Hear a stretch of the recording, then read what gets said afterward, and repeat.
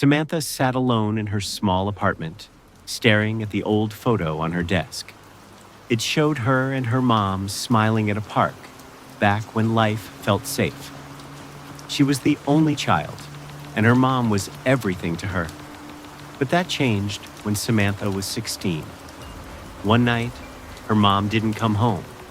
The police found her body the next day, turned into some kind of twisted statue, frozen in a scream. They called the killer the Sculptor, because that's what he did to his victims. He made them look like stone figures, posed in horror. No one knew how he did it, but it left Samantha broken. She couldn't let it go. Years later, she became a journalist, digging into cold cases, always chasing leads on the Sculptor. It was her way of fighting back the nightmares that still woke her up sweating. Tonight was Halloween, and the streets outside buzzed with kids in costumes, laughing under orange lights. But Samantha ignored it all. She had just gotten a tip from an anonymous source, a possible location for the Sculptor's hideout, an old abandoned mansion on the edge of town. Her heart raced as she read the message again on her phone. This could be it. She thought about calling her friend, Agent Cole from the FBI. They had been working together in secret for months. Cole was the only one who believed her obsession wasn't crazy. He had access to files she couldn't touch, and in return, she shared whatever scraps she found. The FBI and police had raided places before based on leads, but every time, the Sculptors slipped away like smoke. Doors locked from inside, no traces left behind. It was like he knew they were coming. Samantha couldn't risk that happening again. If she told Cole now, the killer might vanish before they even got close. No, she decided, grabbing her jacket and a small flashlight. This time, she would check it out herself first, get solid proof, then call for backup. Her hands shook as she drove through the foggy night, the mansion looming ahead like a shadow against the moon. The place was falling apart, with broken windows and vines crawling up the walls. Samantha parked far away and walked the rest of the path, her boots crunching on dead leaves. The air felt heavy, like it was watching her. She slipped through a gap in the fence and approached the back door. It creaked open with a push. No lock. Inside, the smell hit her, musty and metallic, like old blood mixed with dust. She clicked on her flashlight, sweeping the beam across empty rooms filled with sheet-covered furniture. Her breath came in short bursts. Every shadow seemed to move just a little. As she moved deeper, she found signs that someone had been here recently. Fresh footprints in the dust, a half-eaten apple on a table. Her pulse quickened. This wasn't just abandoned. She pulled out her phone to take pictures, her mind racing with questions. Was this really his place? The tip said something about a basement workshop where he did his work. She found stairs leading down and hesitated, the darkness below swallowing her light. But memories of her mom pushed her forward. She had to know. Down in the basement, the air grew colder. Shelves lined the walls, holding jars of strange liquids that glowed faintly. Tools scattered on a workbench, chisels, syringes, things that looked medical but wrong. In the corner, she saw it, a half-finished statue, but it wasn't stone. It was a person, or what used to be one, skin hardened like marble, eyes wide in silent terror. Samantha's stomach twisted. She stepped closer, recognizing the face from missing person reports. This was fresh. He was still active. A noise upstairs made her freeze, a soft thump, like a door closing. Someone was here. She killed the flashlight and ducked behind a crate, heart pounding in her ears. Footsteps echoed down the stairs, slow and deliberate. A figure emerged in the dim light from a single bulb overhead. Tall, wearing a long coat, face hidden under a hood. The Sculptor. He moved to the workbench, humming a low tune that sent chills through her. He picked up a syringe, testing it with a flick. Samantha held her breath, watching him work on the statue. He injected something into the arm and the skin rippled slightly, hardening more. It was unnatural, like the body was transforming under his touch. She realized this wasn't just killing. It was some kind of sick art, twisting life into death. Her mind screamed to run, but she needed evidence. Quietly, she aimed her phone and snapped a photo, the flash off. But the click was too loud in the silence. The Sculptor stopped, head tilting. He turned slowly, scanning the room. Samantha pressed against the crate, praying he wouldn't see her. He took a step closer, his boots scraping the floor. "I know you're here," he whispered, voice calm and deep, like he was talking to an old friend. "Come out. Let's make something beautiful together." Panic surged through her. She glanced around for an escape. There was a door behind her, half hidden by shelves. As he moved nearer, she bolted for it, shoving it open and slamming it shut behind her. She heard him laugh softly as she ran down a narrow hallway. The door led to another room, this one filled with monitors and wires. A control room. Screens showed camera feeds from around the mansion, and one displayed what looked like FBI channels, hacked signals flickering with police chatter. Samantha's eyes widened. This was how he always escaped. He was listening in, knowing their moves before they happened. She locked the door just as he banged against it from the other side. "You can't hide forever," he called, his voice muffled but steady. She fumbled with the controls, her fingers flying over buttons. If she could send a signal, alert Cole directly. The door rattled harder. He was breaking through.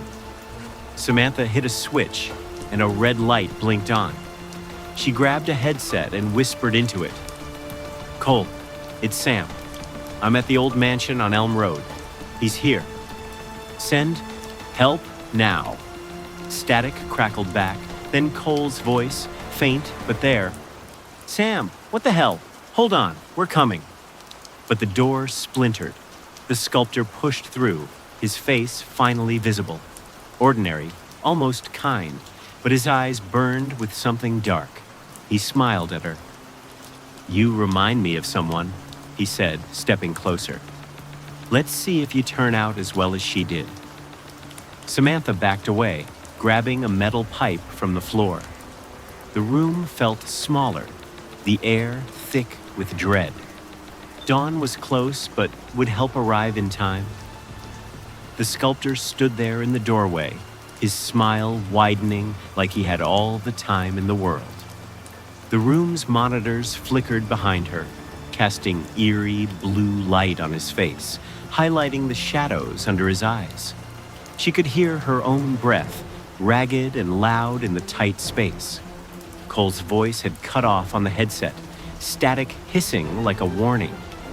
Help was coming, but how long? Minutes? Hours? The night outside was still black, dawn nowhere in sight. "You look just like her," he said again, taking another step forward, his voice smooth, almost gentle. "Your mother. She fought too, you know, right up until the end." Samantha's blood ran cold. How did he know? She hadn't told anyone the full details, not even Cole. The Sculptor circled the room slowly, his eyes never leaving her, like a predator sizing up prey. He glanced at the screens, chuckling softly. "Ah, the signal. Clever girl. But I've been one step ahead of them for years. Those FBI lines? They're mine now. I hear everything." She backed up until her shoulders hit the wall, the pipe raised in front of her. Her mind raced, memories of her mom flashing back, the police report she'd read 100 times. The body found in an alley, hardened like stone, face twisted in pain. The sculptor reached into his coat and pulled out a small vial, the liquid inside swirling with an unnatural glow. "This is what I use," he explained, holding it up to the light. "A little something from the shadows. It binds the flesh, turns fear into forever. Your mom. She was my best work, so full of life until she wasn't." Samantha's stomach churned. He was connected to something darker, something that let him slip through raids like a ghost. The FBI had chased leads to warehouses, old factories, but he always vanished. Doors sealed, no footprints. Now she saw why. The monitors showed feeds from police scanners, timestamps proving he monitored every move. He must have some tie to the darkness, a way to bend the night to his will.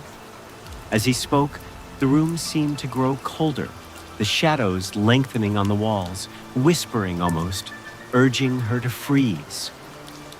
She swung the pipe wildly, aiming for his head. He dodged easily, grabbing her wrist with surprising strength. The vial dropped, shattering on the floor, and a thin mist rose, stinging her eyes. "No more games," he growled, twisting her arm until the pipe clattered away. Samantha kicked out, connecting with his knee, and he staggered back. She scrambled for the door, but he lunged, tackling her to the ground. His weight pinned her, his breath hot on her neck. "You'll make a fine addition, just like her." Desperation fueled her. She clawed at his face, nails raking skin, drawing blood. He yelped and loosened his grip just enough for her to roll free. Gasping, she grabbed a loose wire from the console and yanked it hard. Sparks flew, one screen exploding in a shower of glass. The alarms blared suddenly, red lights pulsing through the mansion. The sculptor cursed, wiping blood from his cheek. "You think that will stop me?" But his eyes darted to the monitors. New signals incoming, FBI chatter growing louder. "They're too late!" Samantha ran, bursting out of the control room into the hallway. Her ankle twisted on debris, pain shooting up her leg, but she pushed on. Behind her, his footsteps thundered, closing the gap. The basement felt like a maze now, doors leading to dead ends, the air thick with that metallic scent. She remembered the workshop, the half-finished statue. If she could get there, maybe use the tools against him. But as she turned a corner, she saw him again, blocking the way back. No, he was everywhere, like the darkness itself was helping him. She ducked into a side room, an old storage space filled with crates and cobwebs. Hiding behind one, she pressed her hand over her mouth to stifle her breathing. The door creaked open, and he entered, scanning slowly. "I can smell your fear," he whispered. "It's what makes the transformation so perfect. The struggle, the despair, it all hardens into beauty." Samantha's heart hammered. She thought of her mom, alone in that alley, fighting the same monster. Guilt twisted inside her. Why hadn't she been there? Why had she waited so long? A floorboard creaked under her foot. He spun toward the sound. "There you are." He advanced, and she bolted again, knocking over a shelf in her path. Tools and jars crashed down, one breaking open to release more of that glowing mist. It clung to her skin, making it tingle like tiny needles pricking. Was it starting? No, she shook it off, slamming through another door into the main basement. The statue loomed in the corner, its eyes seeming to follow her. The sculptor was right behind, grabbing her shoulder. She elbowed him hard, feeling bone crack, and he howled. Free again, she reached the stairs, climbing two at a time. Upstairs, the mansion's front hall stretched out, moonlight filtering through broken windows. Halloween echoes outside, distant laughter from trick-or-treaters, but here, silence broken only by his pursuit. She barricaded the door with a heavy chair, buying seconds. Her phone buzzed in her pocket. Cole. ETA 10 minutes. Hold on.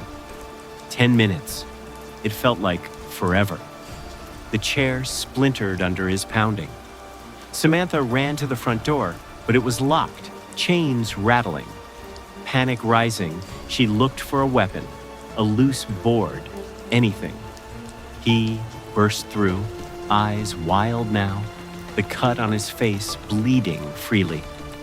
"You can't escape the dark," he said, advancing. "It's in you now." He held up another syringe, the needle glinting. Samantha swung the board, hitting his arm, but he barely flinched. He lunged, pinning her against the wall, the needle inches from her neck. The mist from earlier burned deeper, her skin feeling stiff, unresponsive.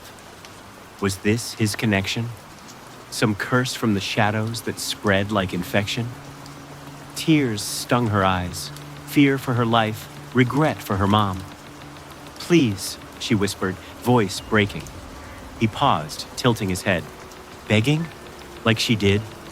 The needle pricked her skin, a drop of serum entering.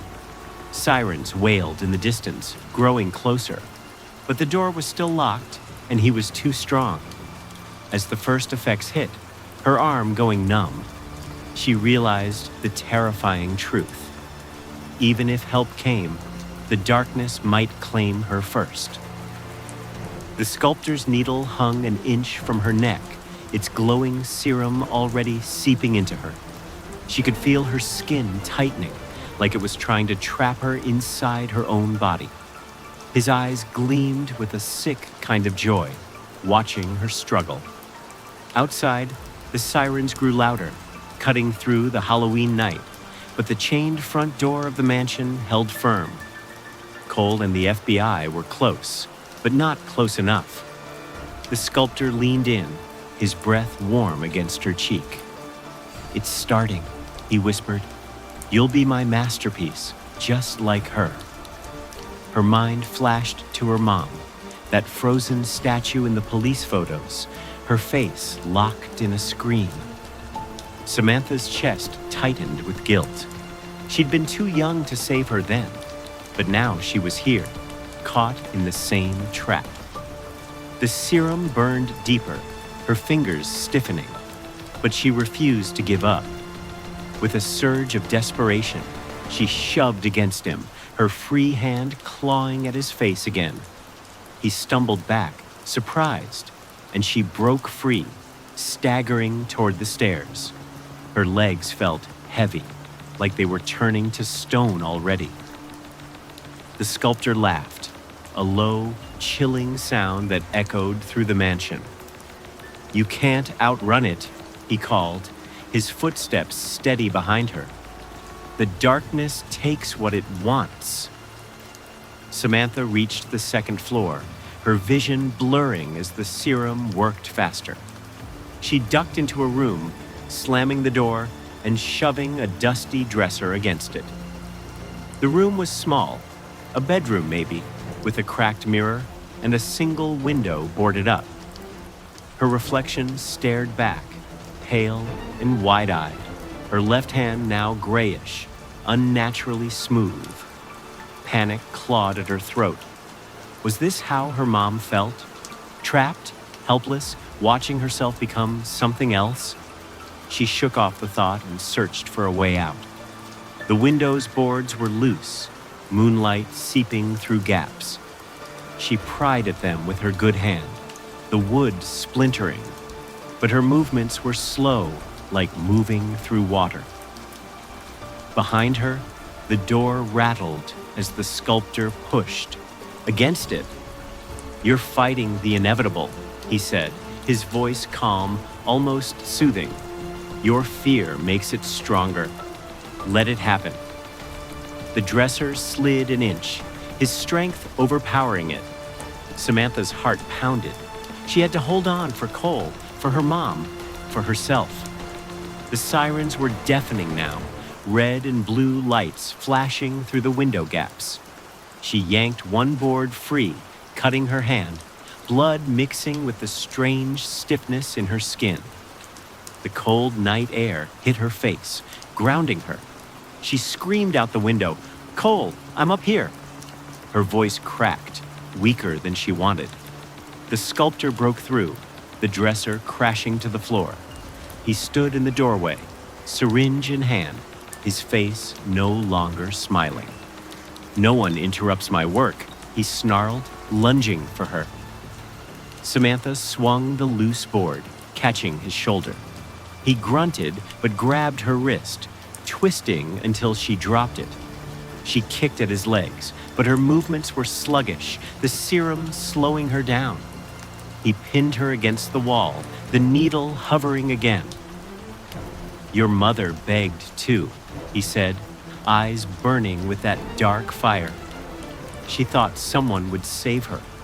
No one did. Samantha's vision swam, memories flooding in. Her mom's laugh, her warm hugs, gone forever because of this monster. Anger surged, hotter than the fear. She headbutted him, pain exploding in her skull but knocking him back. The needle fell, rolling across the floor. She dove for it, her stiffening fingers barely closing around it. He grabbed her ankle, dragging her back, but she twisted and stabbed the needle into his hand. He screamed, a raw animal sound, as the serum spilled into him. His skin began to change, patches turning gray and hard, his eyes widening in shock. "What have you done?" he gasped, stumbling back, clutching his hand. Samantha crawled to the window, her body heavy, fighting the transformation. The FBI was below, battering the front door, voices shouting. She screamed again. "Second floor!"